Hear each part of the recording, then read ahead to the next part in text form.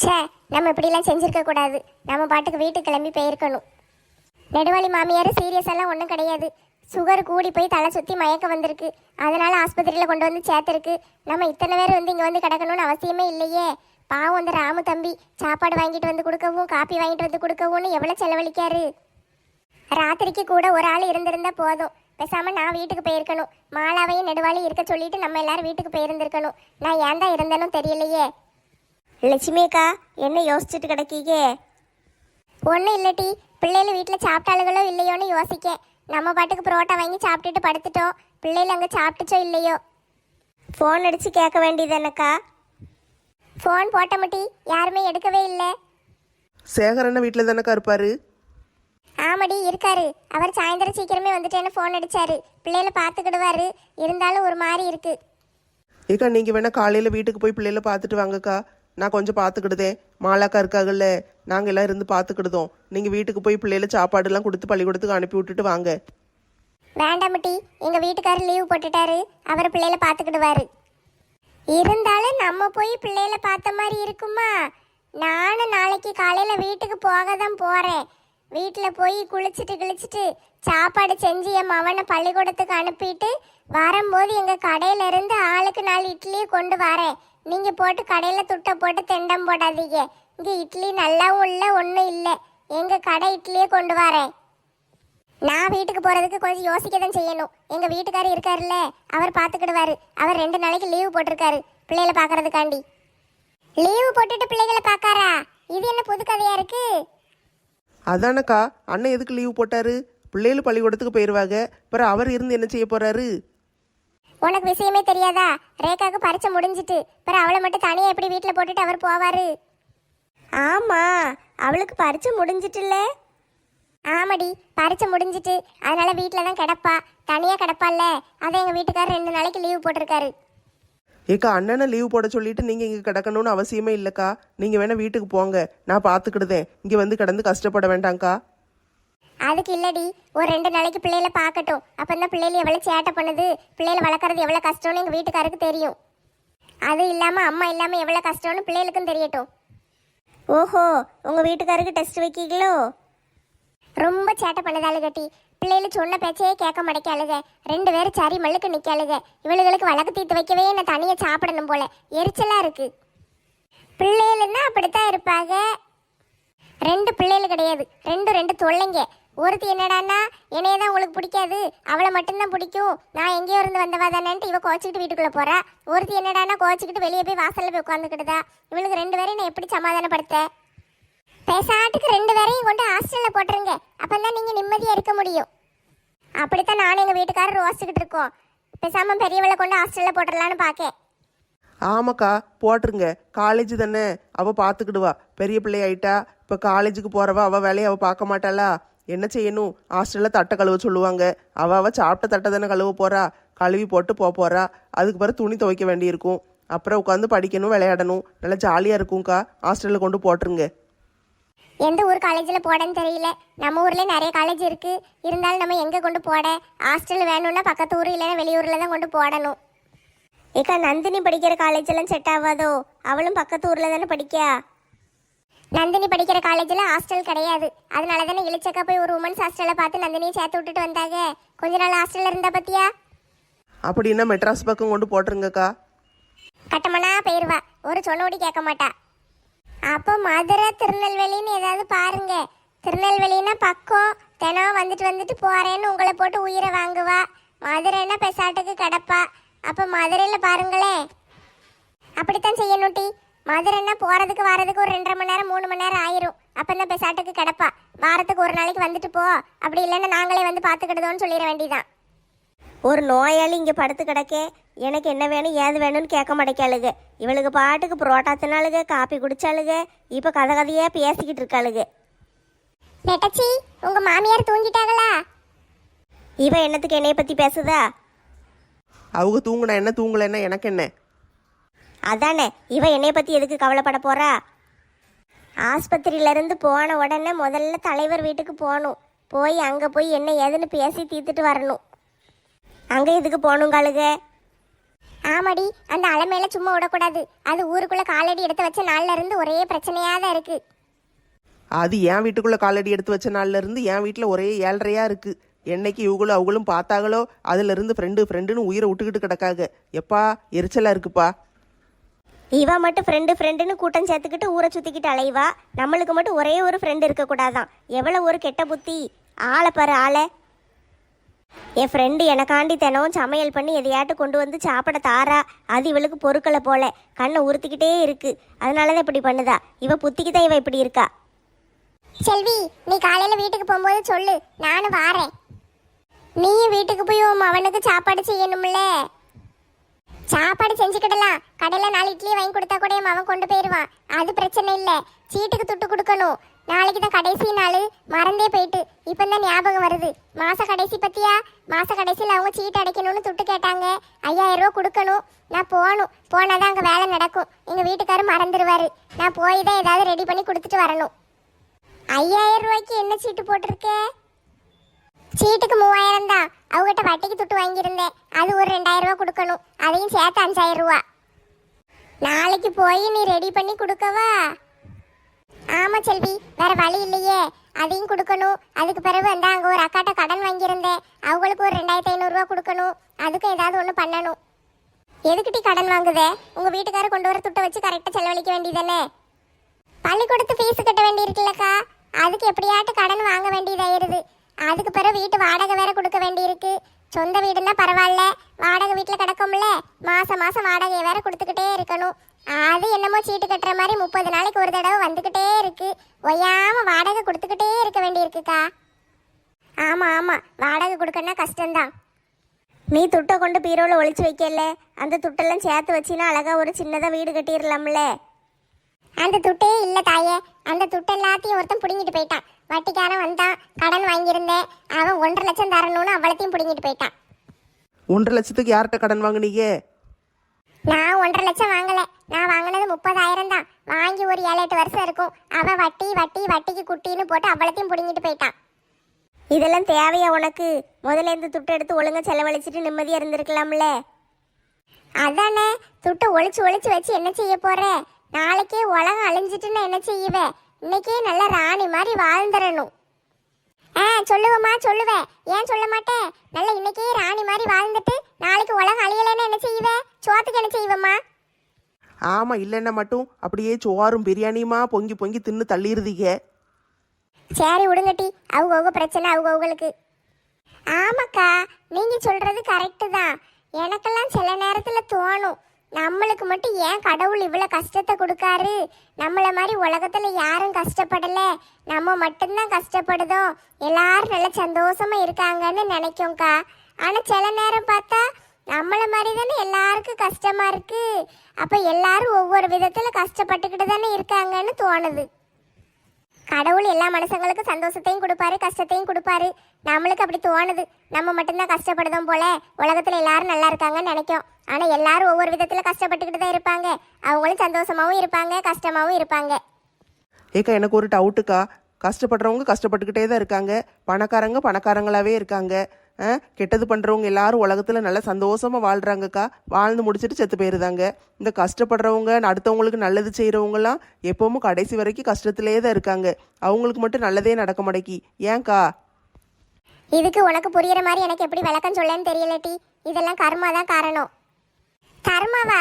அது யாரு? கடங்காரனா? கர்மா இல்லட்டி, கர்மா. நம்ம செஞ்ச பாவ புண்ணிய கணக்கு தான் கர்மா. அப்பனா நம்மளுக்கெல்லாம் மூட்டையா இல்லை இருக்கும். போன ஜென்மத்துல நம்ம எப்படினாலும் இருந்திருக்கலாம்ல. ஒரு கொலைகாரங்களா இருந்திருக்கலாம், ஒரு ரவுடியா திருடனா எப்படினாலும் இருந்திருக்கலாம். அதுக்கெல்லாம் பாவம் தானே. அந்த பாவம்லாம் சேர்ந்துதான் இப்போ வந்து நம்ம கஷ்டப்படுதோம். அப்போ இந்த ஜென்மத்தில் நல்ல பணக்காரங்கள வசதியாக இருக்கிறவங்கெல்லாம் போன ஜென்மத்தில் நிறைய புண்ணியம் பண்ணியிருப்பாங்கன்னு சொல்லுதீங்களோ? ஆமாட்டி, அப்படித்தான் சொல்லுதேன். எங்க மாமியார் அப்பனா போன ஜென்மத்துல சீரியல் கில்லரா இருந்திருக்கும்னு நினைக்கேன். எல்லாமே கர்மாதான். நம்ம அப்பா அம்மா, நம்ம பிள்ளைங்க எல்லாமே நம்மளுக்கு வந்து சேர்றது பூரா அவங்கவுங்க பாவ புண்ணியத்துக்கு தான் இந்த வீட்டில் வந்து பிறக்காங்க. இதெல்லாம் நான் ஒத்துக்கிட மாட்டேங்க்கா. போன ஜென்மம்னு ஒன்று இருந்துச்சானே எனக்கு தெரியாது. அதில் நான் பாவம் செஞ்சேன், அதனால தான் இந்த ஜென்மத்தில் கஷ்டப்படுதேன்னு சொல்கிறது எப்படி என்னால் நம்ப முடியும்? நான் பாவம் செஞ்சேனா இல்லையான்னு அதுக்கு என்ன ஆதாரம்? இப்படியெல்லாம் பேசுனீங்கன்னா பாவம் தான் சேரும். போன ஜென்மத்தில் நம்ம என்ன செஞ்சோம் ஏது செஞ்சோம்லாம் நம்மளுக்கு தெரியாது. ஆனால் இந்த ஜென்மத்தில் நம்ம நல்லவங்களா இருக்கணும். நம்ம இன்னும் 7 ஜென்மம் எடுத்தாலும் பிறக்கும் போதெல்லாம் நம்ம நல்லவங்களா வாழ்ந்தோம்னா நம்மளுக்கு எந்த பாவமும் எந்த புண்ணியமும் நம்மளை வந்து சேராது. நம்ம நேராக கடவுள்கிட்டயே போயிடுவோம். லட்சுமி அக்கா நிறைய விஷயம் தெரிஞ்சு வச்சிருக்காங்களே. எனக்கு எங்க இதெல்லாம் தெரியும்? நான் ஒரு நாள் யூடியூப்ல பார்த்தேன். பேசாமல் நம்ம மரத்தடியில் ஒரு மேடையும் சேரும் போட்டு உட்கார வச்சு உங்களை பேச விட்டா என்ன? நல்ல கள்ளக்கட்டெல்லாம் போலையே. என்னமோ நான் எனக்கு தெரிஞ்சதை சொன்னேன், உடனே கல்லாக்கட்ட ஆசைப்படுதாலே. பிசினஸுக்கா, பிசினஸ் மைண்டிலேயே இருக்கணும் எப்பவும். அப்போ தான் வாழ்க்கையில் முன்னேற முடியும்.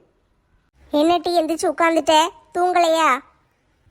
ஏக்கா, அதுக்கு முன்னால் ஒரு முக்கியமான விஷயம் சொல்லணுக்கா. அதுக்கு தான் எந்திரிச்சு உட்காந்தேன். என்ன விஷயம் சொல்ல போறம்மா, சொல்லு. நம்மளோட குட்டி சப்ஸ்கிரைபர் பிரீத்தனாசிரின்னு ஒரு குட்டி பாப்பா இருக்காங்க. அவங்களுக்காக ஒரு ஹாய் சொல்லிக்கிறேன். பிரீத்தனாசிரி பாப்பா, நீ யூகேஜி படிக்கன்னு அம்மா சொன்னாங்க.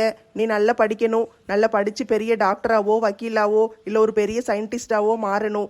சரியா? நீ அம்மா சொன்ன பேச்சை கேட்டு நல்ல பிள்ளையா இருக்கணும். நல்ல சமத்து குட்டியா இருக்கணும். சரியா பாப்பா? நீ நல்ல பெரிய டாக்டர் ஆகிட்டு ஆன்ட்டிக்கு நீ ஃபோன் பண்ணி சொல்லு. ஏட்டி, நானும் குட்டி பாப்பாக்கு ஒரு ஹாய் சொல்லிக்கிடுதேன் டி. சொல்லுங்கக்கா. பிரீத்தனாசிரி பாப்பா, லட்சுமி அத்தை சார்பா உனக்கு ஒரு ஹாய். வெயில் ரொம்ப அடிக்கி, பிள்ளைங்களெல்லாம் வெளியே போய் எல்லாரும் விளையாட விடாதீங்க. எல்லாம் நல்லா பத்திரமா பார்த்துக்கோங்க. ஆமாம் மக்களே, சின்ன பிள்ளைங்கள கொண்டு வெயிலுக்குள்ளே கொண்டு விடாதீங்க. அதுங்க வெளியே போய் விளையாடணும்னு சொல்லும். நம்ம தான் விடக்கூடாது. நம்ம வீட்டுக்குள்ளேயே போட்டு விளையாட வைக்கணும். சாயந்தரம் வேணால் வெளியே விட்டு விளையாட வைங்க. ஏம்மா, எனக்கு என் பிள்ளைகளை பார்க்கணும் போல இருக்கே. நான் காலையில் விடிஞ்சோடனே வீட்டுக்கு போயிருந்தேன். என்னம்மா வீட்டுக்கு போக மாட்டேன், வீட்டுக்காருக்கு பாடம் கற்றுக் கொடுக்க போறேன். அவங்க நான் இல்லைன்னு என்ன செய்தாங்கன்னு பார்ப்போம், அப்படி இப்படி இன்னைக்கு. ஆமாடி சொன்னேன், ஆனால் மனசு கேட்க மாட்டேக்கி. காலையில் போய் ஒரு 8 பார்த்துட்டு வந்துடுதேன். மணி இப்போ எத்தனை தெரியுமா? நடுராத்திரி 2 மணி. இன்னும் நீங்கள் கதை பேசிக்கிட்டு படுத்து கிடக்கீங்க. தூங்கவே இல்லை. எப்போ தூங்கி எப்போ முழிக்க? காலையில் முழிச்ச பிறகு எல்லாம் முதல்ல வீட்டுக்கு கிளம்பி ஓடுங்க. நான் உட்காந்து பார்த்துக்கிடுதேன். இவங்க நல்லத்தானே படுத்திருக்காங்க. நான் பார்த்துக்கிடுதேன். ராமு வந்துடுவார். இன்னைக்கு ராமு லீவு தான் போட்டிருக்காரு. அவர் வருவார். நாங்கள் 2 பேரும் சேர்ந்து பார்த்துக்கிடுதோம். எல்லாரும் வீட்டுக்கு போயிட்டு வாங்க. அப்போ எல்லாரும் கிளம்பிட வேண்டியதான்.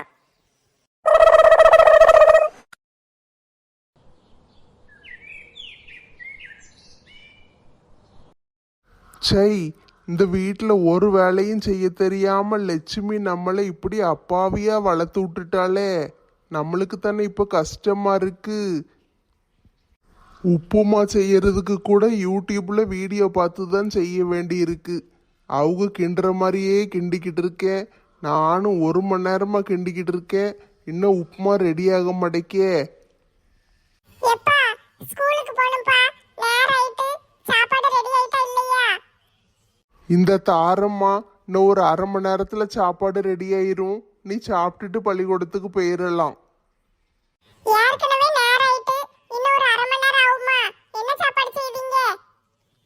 உப்புமா கிண்டிக்கிட்டு இருக்கேம்மா. இன்னும் ஒரு 1/2 மணி நேரத்துல எப்படியும் கிண்டி முடிச்சிருவேன். இந்த உப்புமாவையா காலையில இருந்து கிண்டிக்கிட்டு இருக்கீங்க? அம்மாலாம் 5 நிமிஷத்துல உப்புமா கிண்டி தந்துருவாங்க. உங்க அம்மா செஞ்சு கொடுக்கறது சாதா உப்புமா, அதனால 5 நிமிஷத்துல செஞ்சிடலாம். அப்பா செய்யறது ஸ்பெஷல் உப்புமா, அது 5 நிமிஷத்துல செய்ய முடியாது. 2 மணி நேரம் ஆகும். நீங்க கிண்டி மெதுவா உட்கார்ந்து தின்னுகிட்டு இருங்க. நான் ஸ்கூலுக்கு போறேன். இரு இந்த தந்துருதேன். வெறும் வயிற்றுல எல்லாம் பள்ளிக்கூடத்துக்கு போகக்கூடாது. சாப்பிட்டுட்டு தான் போகணும். இந்த உப்புமாவை நீங்க கிண்டி கொடுத்து நான் சாப்பிட்டு தான் பள்ளிக்கூடத்துக்கு போகணும்னா நான் இன்னைக்கு சாயந்தரம் தான் போக முடியும். அதுக்குள்ள பள்ளிக்கூடத்தை முடிச்சிட்டு எல்லாரும் வீட்டுக்கு போயிடுவாங்க. நீங்களே உப்புமாவை கிண்டி நீங்களும் உங்க அருமை பிள்ளையும் சேர்ந்து தின்னுங்க. அவ மேலதான் தூங்கிக்கிட்டு இருக்கா. நான் போயிட்டு வரேன். இந்த உப்புமா வேற சட்டியில ஒட்டிக்கிட்டு வரமாடக்கி, கிண்டவும் முடியல. கரண்டி வளைஞ்சுக்கிட்டு போகுதே.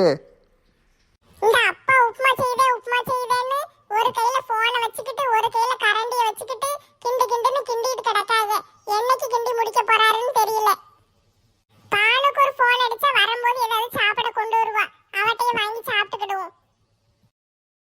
ஐ, அம்மா வந்துட்டாங்க. ஏம்மா, நல்ல வேளைம்மா நீங்க வந்துட்டீங்க. என் உயிரை காப்பாத்த வந்த தெய்வமே. ஸ்கூலுக்கு கிளம்பிட்டியாட்டி? சாப்பிட்டியா இல்லையா? சாப்பிடலம்மா. காலையில 6 மணில இருந்து அப்பா உப்புமா கிண்டுதேன்னு கிண்டிக்கிட்டு இருக்காங்க. இன்னும் ஒரு 1/2 மணி நேரம் ஆகுமா? நான் போயிட்டு வரேன். சாப்பிடலாம், எனக்கு நேரம் இல்ல. காலையில இருந்து உப்புமா கிண்டிக்கிட்டு இருக்காரா? இன்னுமா முடியல? இரு, நான் போய் பார்த்துட்டு வரேன். உப்புமா ரெடி. இந்த வந்துட்டாருல. ஏங்க என்ன காலையில இருந்து உப்புமா கிண்டிக்கிட்டு இருக்கீங்கன்னு சொல்லுதா? லட்சுமி, உப்புமா சட்டியோட சட்டியா ஒட்டிக்கிட்டு கிடக்கு, எடுக்க முடியல. கரண்டியை விட்டு கிண்டி பார்த்தேன், கரண்டி ரெண்டா உடஞ்சிட்டு. சரின்னு தோசை கரண்டியை விட்டு கிண்டுனேன், அதுவும் உடஞ்சிட்டு. இப்போ எப்படி எடுக்கன்னு தெரியல. எல்லாம் தட்டில் வச்சு சாப்பிட முடியாது, கையை வச்சு அப்படியே அள்ளி அள்ளி தின்றுதுங்களா. என்னது சட்டியோட சட்டியை ஒட்டிக்கிட்டு கிடக்கா? 2 கரண்டியை வேற உடச்சு போட்டுட்டீரா? நான் என்ன செய்வேன்? ஒரு நாளைக்கு உங்களை நம்பி அடுப்பங்கரையில் விட்டது தப்பால போயிட்டு. எவ்வளவு தண்ணி ஊத்துனீரு? ஒரு கிண்ணம் ரவை போட்டேன், அதுக்கு 5 செம்பு தண்ணி தான் ஊத்துனேன். அது காலையிலிருந்து கிண்டிக்கிட்டு கிடக்கேன், இன்னும் அது சரியாகவும் மடக்கி. இப்போ பார்த்தா சட்டியோட சட்டியை ஒட்டிட்டு வரமாட்டேக்கே. ஒரு கிண்ணம் ரவைக்கு 5 செம்பு தண்ணி ஊத்துனா பிறகு உப்புமா எப்படி இருக்கும்? களி மாதிரி தான் இருக்கும். ஆனது ஆயிட்டு, எல்லாம் கையை விட்டு அள்ளி தின்னு காலி பண்ணிட வேண்டியதான். சரி, நீ என்ன வந்துட்ட? ஆஸ்பத்திரியில இருந்து அவங்கள வீட்டுக்கு அனுப்பிட்டாங்களா? இல்லங்க, ஒன்றும் தெரியல. டாக்டர் ராத்திரி வந்து பார்த்துட்டு போனாரு, காலையில வாரேன் இருக்காரு. காலையில ரவுண்ட்ஸ் வரும்போது வந்து பாப்பாரு, அப்பந்தான் என்ன ஏதுன்னு சொல்லுவாரு.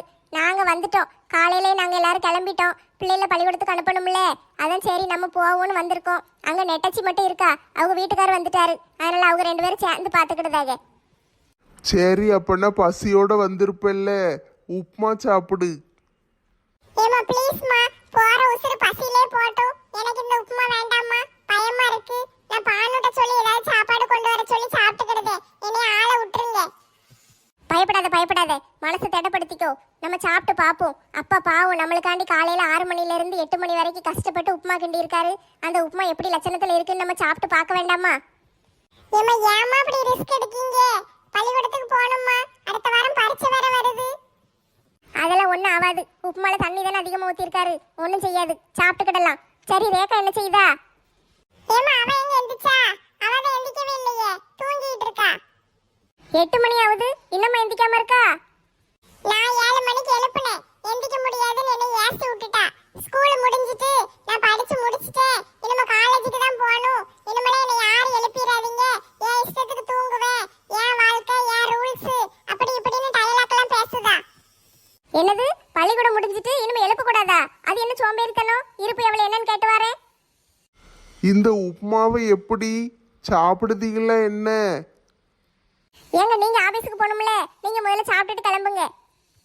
நான் தான் லீவு சொல்லிட்டோம்ல, 2-3 நாளைக்கு இன்னும் வீட்டில் தான் கிடப்பேன்.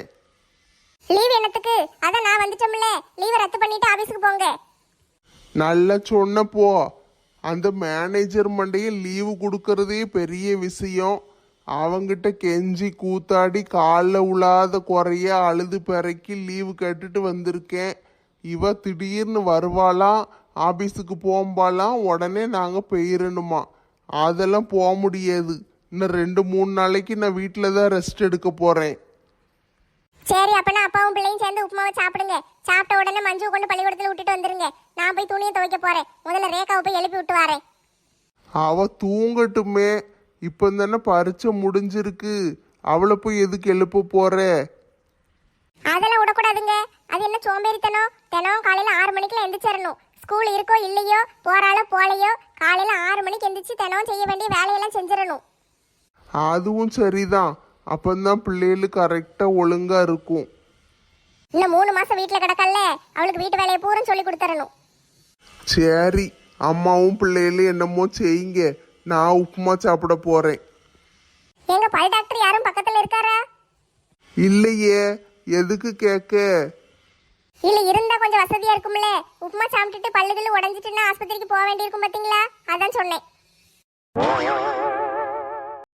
8:30 மணி ஆகுது, தூக்கத்தை பாரு தூக்கத்தை. ஏ ரேகா, எந்திரி. டிவிக்கே டிவிக்கே டிவிக்கே ஓட்டு போடுங்க, எல்லாரும் டிவிக்கேக்கு ஓட்டு போடுங்க. ஓட்டு போடுவாங்க, நீ முதல்ல எந்தி. அடுத்த வருஷம் நானும் ஓட்டு போட்டுருவேன். ஓட்டு போடுறது இருக்கட்டும், இப்போ மண்டையில போட போறேன், முதல்ல எந்திரி. ஆஹா, என்ன அருமையான கனவு. கனவுல நான் வெளிநாட்டுல இருந்தேன். மனுஷி ஒருத்தி நிக்கிறது கண்ணுக்கு தெரியுதா இல்லையா? ஏம்மா நீங்க எப்போ வந்தீங்க? நான் வந்து 40 வருஷம் ஆச்சு. அவ்வளவு நாளா இங்கேயே நின்றுகிட்டு இருக்கீங்க. ஏன்டி பேச மாட்டேன்? ஏன் பேச மாட்டேன்? மணி 8 ஆகுது, என்ன தூக்க வேண்டி கிடக்கு பொம்பளை பிள்ளைக்கு? ஏமா அதான் ஸ்கூல் முடிஞ்சிட்டலம்மா, அதான் ஜாலியாக தூங்குதேன். ஜாலியா தூங்குதியா? காலையில 6 மணிக்கு எந்திரிச்சிடணும். ஒழுங்கா எந்திரிச்சு போய் வேலையை பாரு. வேலையை பார்க்கணுமா? என்ன வேலையை பார்க்கணும்? எந்திரிச்சு படுத்த போற தலைகணியெல்லாம் எடுத்து மடிச்சு வைக்கணும். இந்த ரூமை பூரா பெருக்கி விடணும். அதுக்கு பிறகு கீழே வா, என்ன வேலை செய்யணும்னு சொல்லுதே. ஏம்மா காலையில அப்படின்னா சாப்பாடெல்லாம் தர மாட்டீங்களா? சாப்பாடு ரெடி ஆயிட்டே. உங்க அப்பா உப்புமா கிண்டி வச்சிருக்காரு, வந்து சாப்பிடு. பாத்தீங்களா, நீங்க வீட்ல இல்லைன்னா கூட அப்பா எவ்வளவு அழகா உப்புமா கிண்டி தராங்கன்னு பாத்தீங்களா? ஆமா ஆமா, உப்புமாவை சாப்பிடு. நான் போயிட்டு வரேன், எனக்கு துணி துவைக்க வேண்டிய வேலை கிடக்கு. நான் போய் துணி துவைச்சிக்கிட்டு இருக்கேன், நீ போய் சாப்பிடு. சரிம்மா. வாழ்க்கை பூரா தினம் சோறு பங்கி கொடுத்து இங்க ஒரு மனசு ஓடா தேஞ்சிக்கிட்டு இருக்கேன். என்னைய பத்தி ஒரு நாள் புகழ்ந்து பேச மாட்டாளுங்க. இவங்க அப்பா ஒரே ஒரு நாள் உப்புமா கிண்டிட்டாராம். அந்த உப்புமாவை தின்னு பார்த்தா தானே அது கொடுமை தெரியும். அதுக்கு முன்னாலேயே இவ அப்பாவை தலையில் தூக்கி வச்சுக்கிட்டு ஆடுதா. சும்மாவா சொன்னாங்க பொம்பளை பிள்ளைகளுக்கு அப்பாவை தான் பிடிக்கும்னு? சரி, எப்படியோ போட்டோம். துணி ஒரு மூட்டைக்கு கிடக்கு. வாஷிங் மிஷின் வேற ரிப்பேர் ஆயிட்டு, போய் கையில போட்டு துவைக்கணும். கிணத்தடியில் உட்காந்து துவைச்சிட வேண்டியதான். எத்தே டாக்டர் வீட்டுக்கு போக சொல்லிட்டாரு. அப்படியாட்டி, நல்லதா போச்சு. முதலேனே வீட்டுக்கு கூட்டிட்டு போயிரு. போவும் ராமு பில்லு கட்ட போயிருக்காரு. வந்த உடனே வீட்டுக்கு போவும். ராமு, பில்லு கட்டிட்டீங்களா? ஆமா நெட்டம்மா, பில்லு கட்டிட்டேன். வீட்டுக்கு போகுமா? போவும் ராமு, நானும் எல்லாத்தையும் எடுத்து வச்சுட்டேன். வாங்க போவும். சித்தி வாரீங்களா? போவும். வாரேன்ப்பா, வாரேன். இந்த கனகா வேற ஆஸ்பத்திரியில் கிடக்காலாமே. என்னாச்சு ஏதாச்சுன்னு தெரியல. சுகரு அது இதுன்னாக. நம்ம போய் பார்க்க வேண்டாம். பார்த்தாவும் மருமகாரி நம்மகிட்ட சண்டைக்கு வருவா. நீ தான் எங்கள் அத்தையை என்னமோ செஞ்சு கெடுத்துட்டேன்பா. அதெல்லாம் நம்மளுக்கு எதுக்கு தேவையில்லாத பிரச்சனை. நம்ம இன்னொரு நாளைக்கு போய் பார்த்துக்கிடுவோம். வீட்டுக்கு வரட்டும், அதுக்கு பிறகு போய் பார்ப்போம். இப்போ ஆஸ்பத்திரிக்கெல்லாம் போகக்கூடாது. இந்த பின்னால் கிடக்கிற வீடு ரொம்ப நாளாக சும்மா தான் கிடக்கு. இந்த வீட்டை வாடகைக்கு விடலாம். யாராவது கிடச்சா வாடகைக்கு விடுவோம், துட்டாது பார்க்கலாம். இவ யாரு? பஞ்சு மில்லில் வேலைக்கு போயிட்டு வர மாதிரி மண்டையை வச்சுக்கிட்டு வாரா. இவ யார் என்னன்னு தெரியல. சரி, இவளுக்கு எதுவும் வீடு வேணுமான்னு கேட்டு பார்ப்போம். ஏக்கோய், நீங்கள் இந்த ஊரா வெளியூரா? நான் எந்த ஊராக இருந்தால் உனக்கு என்ன டீ? நம்மக்கிட்ட வீடு ஒன்று கிடக்கு, வாடகைக்கு விடலான்னு பார்க்கேன். உங்களுக்கு வீடு எதுவும் தேவைப்படுதா? நீ வீடு வச்சிருக்கியா? வாடகைக்கு வேற விட்டுருக்கியா? ஆமாம், நம்மகிட்ட வீடு கிடக்கு, வாடகைக்கு விடுதேன். ரொம்பலாம் வாடகை வாங்க மாட்டேன், பயப்படாதீங்க. 1000 ரூபா தான் வாடகை. ஆனால் அட்வான்ஸ் மட்டும் ஒரு 1 லட்சம் கொடுத்துடணும். முதலே அட்வான்ஸை கொடுத்தா தான் வீட்டை சுற்றி பார்க்க விடுவேன். அதுக்கு பிறகு நீங்கள் வந்து வீட்டில் இருந்துக்கிடலாம். சரியா? அட்வான்ஸ் எல்லாம் கரெக்டாக கொடுத்துடணும். மாதம் 1ஆம் தேதி பிறந்துட்டுனா வாடகை கரெக்டாக வந்துடணும். அப்படியா? 1 லட்சம் தான் அட்வான்ஸா? சரி, அப்படின்னா நீங்கள் வீட்டுக்கு என்னைக்கு வர போறீங்க? வீட்டில் மொத்தம் எத்தனை ஆள் இருக்கீங்க? நாங்கள் வீட்டில் 3 ஆள் இருக்கோம் மொத்தம். 3 பேரா? அப்படின்னா புருஷன் பொண்டாட்டி ஒரு பிள்ளைன்னு நினைக்கேன். சரி, ஒன்று செய்யுங்க, பிள்ளைய கொண்டு ஹாஸ்டலில் சேர்த்து விட்ருங்க. உங்கள் புருஷனை எங்கேயாவது விரட்டி விட்ருங்க. என்னது? பிள்ளைய ஹாஸ்டலில் சேர்த்துட்டு புருஷனை விரட்டி விட்டுறணுமா? ஆமாம், பிள்ளைகளெல்லாம் வீட்டில் இருந்தால் நம்மளுக்கு ஒரே தொல்லையாக இருக்கும். அதனால் ஹாஸ்டலில் போட்டுட்டா நிம்மதியாக இருக்கலாம். வீட்டுக்காரர் உங்கள் வீட்டில் தினம் வந்து ராத்திரி தானே தூங்குவார். காலையில் எழுந்திரிச்சு ராத்திரி வரைக்கும் வேலைக்கு போயிட்டு ராத்திரி வருவார்ல. அதுக்கு மேலே ராத்திரி வேற எங்கேயாவது தங்கிக்கிட்ட சொல்லுங்கள். சரியா? வீட்டில் நீங்கள் மட்டும் இருந்துக்கோங்க. மாதம் 1ஆம் தேதி ஆயிட்டுனா வாடகை கரெக்டாக கொடுத்துடணும். தண்ணி ரொம்ப கொட்டக்கூடாது. பிறகு கரண்ட் வந்து 9 மணிக்கெலாம் லைட்டெல்லாம் ஆஃப் பண்ணிடுவேன். அதனால் 9 மணிக்கு மேலே நீங்கள் எதுவும் லைட்டு கிட்டு போடணும் பார்க்கணுன்னா லைட் எரியாது. மெழுகுவத்தி ஏற்றி வச்சு விளக்கு ஏற்றி இல்லைன்னா வச்சுக்கோங்க. சரியா? லைட் எரியாது. சரி, வேற என்ன கண்டிஷன்லாம் இருக்கு? பிறகு சொந்தக்காரங்கன்னு சொல்லிக்கிட்டு யாரும் வீட்டில் வந்து கிடக்கக்கூடாது. அப்படியே மீறி வந்துட்டாங்கன்னு வச்சுக்கோங்களேன், காலையில் வந்தால் சாயந்தரம் பெட்டி படுக்கையெல்லாம் தூக்கி கொடுத்து பேக் பண்ணி அனுப்பி விட்டுறணும். அவங்களாம் வந்து தங்கிக்கிட்டு இருந்தாங்கன்னு வச்சுக்கோங்களேன், நம்மளுக்கு லாய்க்கப்படாது. எப்படி கரண்ட் 9 மணிக்கு ஆஃப் பண்ணிடுவேனோ, சொந்தக்காரங்க இருந்தாங்கன்னா சாயந்தரம் 5 மணிக்கெல்லாம் தண்ணியை பிடிங்கி விட்டுருவேன். அதனால தண்ணியும் வராது, பார்த்துக்கிடுங்க. ஏக்கா, நீங்கள் வீடு வச்சிருக்கேன், நீங்கள் வீடு எங்கே இருக்கு? என்ன இப்படி ஒரு கேள்வியை கேட்க? வீட்டு முன்னால தானே நான் உட்காந்துக்கிட்டு இருக்கேன். பின்னால் இருக்கிற வீடு தான் என் வீடு. உண்மையாவா சொல்லுவீங்க? இது உங்கள் வீடா? என்னம்மா, வீட்டு பத்திரத்தை எடுத்து காட்டணுமா? இது என் வீடு தான். இல்லையே, இதுக்கு முன்னால் இந்த வீட்டில் மீனுக்குட்டின்னு ஒருத்தி தானே இருந்தா. அந்த கண்ணு தெரியாத கிழவி தானே. அவள் மண்டையை போட்டு 3 மாதம் ஆயிட்டு. அவள் செத்த பிறதான் வீட்டுக்கு வாடகைக்கு ஆள் பார்த்துக்கிட்டே இருக்கேன். ஒரு ஆளும் சிக்க மடக்கி. அதான் உங்ககிட்ட கேட்டேன், நீங்கள் வந்துடுறீங்களா? என்னது, மீனுக்குட்டி செத்துட்டாளா? ஆமாம், கண்ணு தெரியாமல் அப்படியே தடவிக்கிட்டே நடந்து போயிருக்கும் போல. ராத்திரி போல இது எவ வெளியே போச்சோன்னா, வெளியே போய் எங்கேயோ போய் கிணத்துக்குள்ள விழுந்து செத்துட்டு போல. ஆட கொடுமையே, மனுஷி நல்லாத்தானே இருந்துச்சு. திடீர்னு நம்ம இப்படி சாவு வரணும். மனுஷனுக்கு சாவு எப்பனாலும் வரும். அதை பற்றி நீங்கள் எதுக்கு கவலைப்பட்டுக்கிட்டு இருக்கீங்க? இந்த வீட்டுக்கு நீங்கள் என்னைக்கு வர போறீங்கன்னு சொல்லுங்க. அட்வான்ஸ் கொடுங்க, வீட்டை வந்து கழுவி விட்டுறலாம். அட்வான்ஸ் கொடுக்கறதெல்லாம் இருக்கட்டும், இது மீனுக்குட்டியோட சொந்த வீடாச்சே. அந்த கண்ணு தெரியாத கிழவி அப்படியா சொன்னா? என் வீட்டு அவ வீடுன்னு சொல்லிக்கிட்டு அலைஞ்சாலோ? உயிரோட இருந்த வாட்டி இப்போ அவளை தூக்கி போட்டு மிதிச்சிருவேன். செத்து போயிட்டாலே, இப்போ என்ன செய்ய? யாத்தே அப்படித்தான் அப்படித்தான் மீனுக்குட்டி நீ செத்துட்டியா? இது இவ வீடா? இவ வீட்டை தான் நீ உன் வீடுன்னு சொல்லிக்கிட்டு அலைஞ்சியா? உன் வீட்டை வந்து உனக்கே விற்க பார்க்கல தெய்வமே. மாற்றி மாற்றி சொல்லி கொடுத்து அடி வாங்கி கொடுக்காதீங்க. வாடகைக்கு தான் விட பார்த்தேன்.